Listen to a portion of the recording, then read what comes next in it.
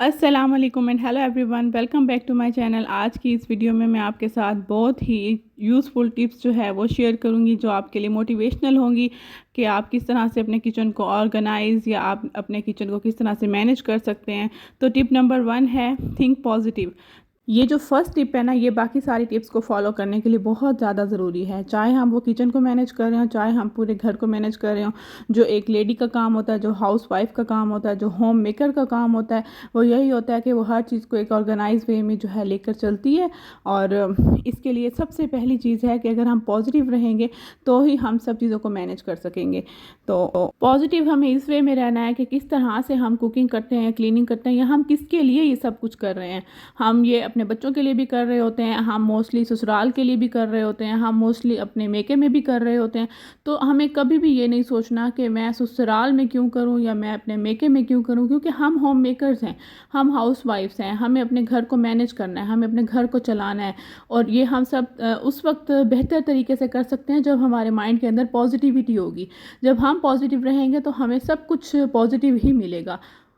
बेशक ये पॉजिटिविटी अपने माइंड में रखना बहुत मुश्किल काम होता है, लेकिन आप सोचिएगा, अगर आप में से कुछ लोग सोचते हैं कि हम ये क्यों करें, अगर आप अपने माइंड को पॉजिटिव रखना स्टार्ट करेंगे ना, तो इससे आपके घर में भी सुकून रहेगा और आपको मेंटली भी सुकून रहेगा।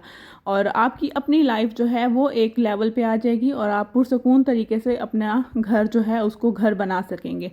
तो मेरे लिए तो ये फर्स्ट टिप जो है बहुत इंपॉर्टेंट है और इससे मैंने बहुत कुछ लर्न किया है। और अगर आपके अंदर पॉजिटिविटी नहीं है तो आप कुछ भी सही तरीके से मैनेज नहीं कर सकते। तो ये पॉजिटिविटी माइंड में लाना बेशक बहुत मुश्किल काम है, लेकिन जब आप एक दफ़ा इसको अचीव कर लेंगे तो आप ज़िंदगी के हर मोड़ पे कामयाब हो जाएंगे। आपको सब वो मिलेगा जो आप चाहते हैं।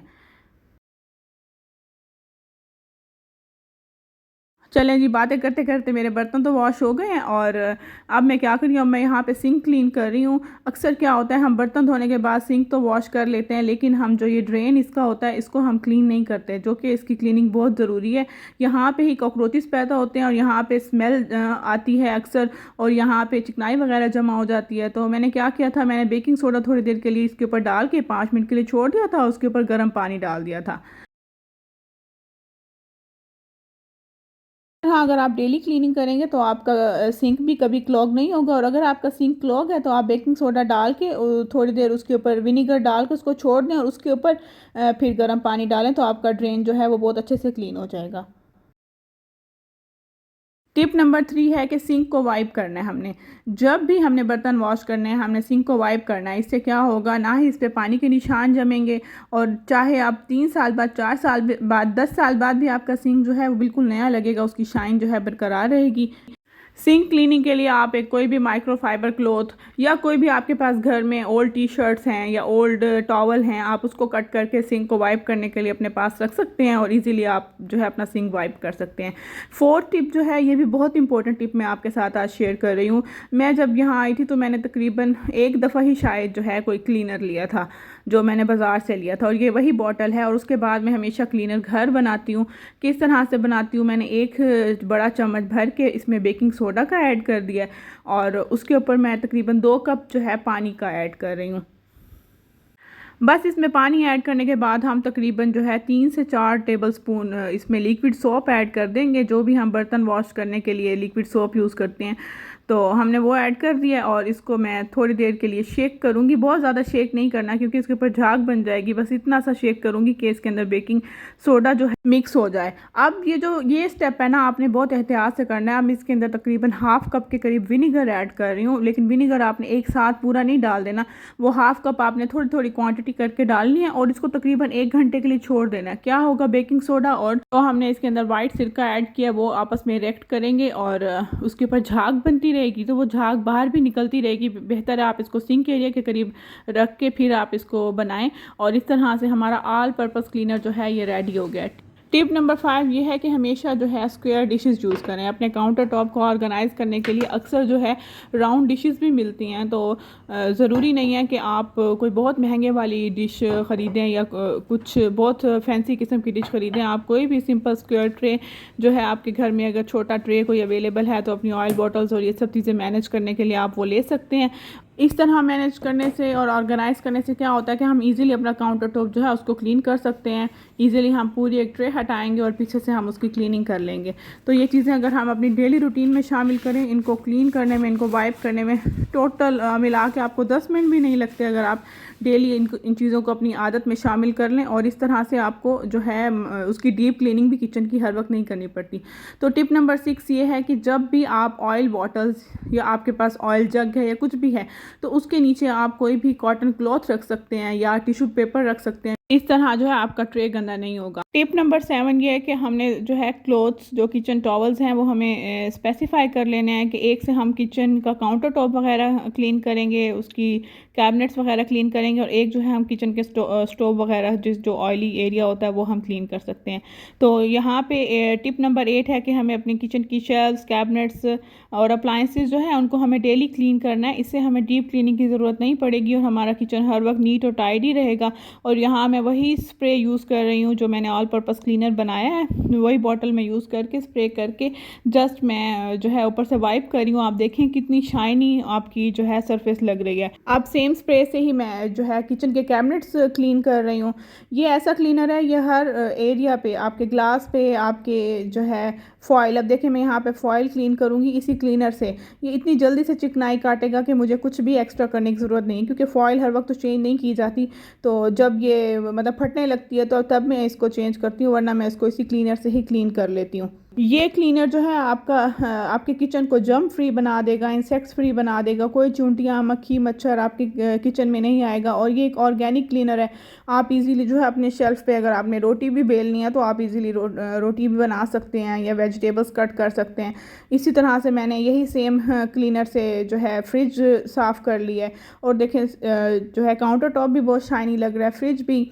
टिप नंबर 9 है कि किस तरह से हम अपने आटे को जो है मॉइस्चर से सेव कर सकते हैं, क्योंकि जब भी सावन का महीना आता है या कुछ इस तरह का आप इलाके में रहते हैं जहाँ पे बहुत ज़्यादा नमी होती है, तो आपके आटे वगैरह में घुन आ जाता है, कोई ना कोई कीड़े पैदा हो जाते हैं। तो आटे को सेव करने का बेस्ट तरीका ये है, जब इस कंटेनर में भी आप आटा डालें, उसको थोड़ा सा डाल के उसके अंदर 2 कड़ी पत्ता जो है आप ऐड कर दें। कड़ी पत्ता क्या है, मॉइस्चर अब्जॉर्ब कर लेगा। सेम टिप आप जो है बेसन वगैरह के साथ, मैदे में, हर चावल के आटे में भी यूज़ कर सकते हैं। टिप नंबर 10 है कि हमारी अक्सर क्या होता है, जो हम जिससे चाय छानते हैं वो हमारी छलनी जो है ख़राब हो जाती है। किस तरह ख़राब होती है कि उसके जो पत्ती वगैरह होती है चाय की, उसके पार्टिकल्स जो हैं छलनी में फंस जाते हैं और छलनी जो है ब्लैक होना शुरू हो जाती है। तो इसको हम किस तरह क्लीन कर सकते हैं, तो इसके लिए बहुत ही ईजी मेथड है।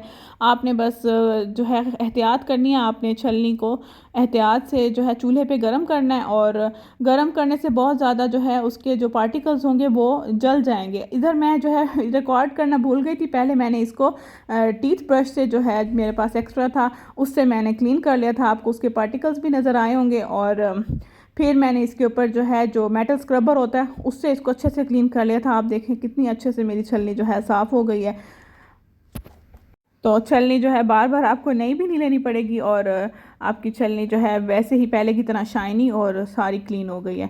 टिप नंबर 11 है कि हम जब भी ऐसे स्पाइस पैकेट्स लेके आते हैं घर में, कोई भी मसाले लेके आते हैं, कौरमा मसाला या कुछ भी हम मसाले लेते हैं बाज़ार से, तो क्या होता है हम वो सारा पैकेट एक साथ तो यूज़ नहीं करते हैं। तो अक्सर क्या है वो पैकेट खुले रहते हैं और उनके अंदर भी मॉइस्चर चला जाता है और वो सोगी से हो जाते हैं और उनकी जो टेस्ट होता है वो भी चेंज हो जाता है।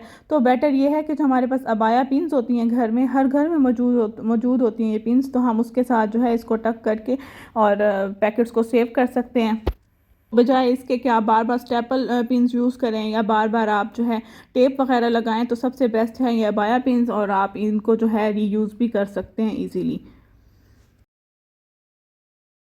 चलें जी, अब हम देखते हैं कि किस तरह से हम अपने बनाना जो है वो सेव कर सकते हैं। बेस्ट मेथड तो होता है हम थोड़े से अनराइप बनाना लें और उनको हैंग करके रखा जाता है, और वो साथ साथ राइप होते हैं और फिर हम उनको यूज़ कर सकते हैं। लेकिन हमारे घरों में अक्सर क्या होता है बहुत ज़्यादा बनाना आ जाते हैं, तो क्या होता है अक्सर ख़राब हो जाते हैं, वेस्ट हो जाते हैं। तो हम अगर इस तरह से उसको एल्युमिनियम फॉयल से या जिस शॉपर में वो आते हैं उसी प्लास्टिक बैग से ही हम उसको अगर इस तरह कवर कर लें, बांध लें और फिर फ्रिज में रखें, तो आपके बनाना जो है 2 वीक्स तक जो है बाहर से उनका कलर चेंज हो जाएगा, लेकिन आपका जो उसका बनाना का अंदर से कलर होगा वो एग्जैक्ट सेम रहेगा और आप इजीली उसको यूज़ कर सकते हैं।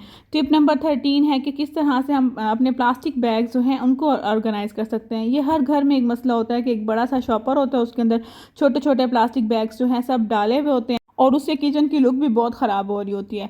तो हमारे पास जो टिशू बॉक्सेस जो हैं वो जब फ्री हो जाते हैं, टिश्यूज़ हम सारे यूज़ कर लेते हैं, अगर हम वो 1-2 बॉक्सेस अपने पास सेव कर लें और इस तरह से हम प्लास्टिक बैग्स को स्ट्रेट करके उसकी 3 फोल्ड्स में हम जो है उसको फोल्डिंग करें, ये इस तरह से 1 फोल्ड करेंगे और इस तरह से 2, तो क्या होगा, इसके दोनों हैंडल्स एक ही जगह पर इकट्ठे हो जाएंगे। इसी तरह से मैं सारे जो है प्लास्टिक बैग्स को मैं फ़ोल्ड कर रही हूँ पहले, और फिर मैं आपको दिखाती हूँ कि किस तरह से हम इसको टिश्यू बॉक्स में डाल के और उसको ऑर्गेनाइज़ कर सकते हैं। तो ये भी आपका नो कॉस्ट एक है कि आप इसको इजीली यूज़ कर सकते हैं।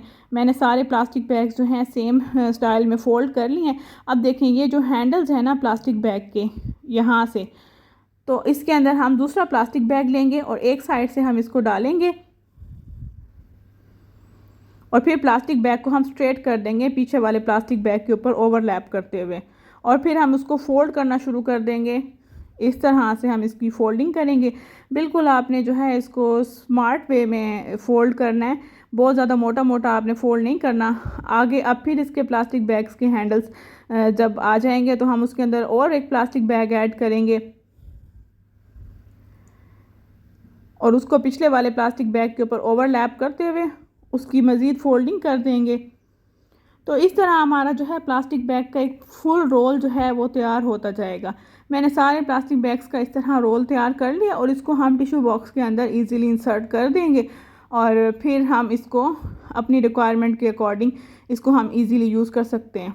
चलें जी, उम्मीद करती हूँ आपको ये सारी टिप्स जो है अच्छी लगी होंगी। अगर कोई भी टिप आपके काम आए, कोई भी टिप आपको अच्छी लगी हो तो कमेंट्स में ज़रूर बताइएगा आपको कौन सी टिप बहुत ज़्यादा अच्छी लगी है। साथ ही साथ वीडियो को लाइक और चैनल को सब्सक्राइब कर दें। मिलूंगी आपसे नेक्स्ट वीडियो में, तब तक के लिए अल्लाह।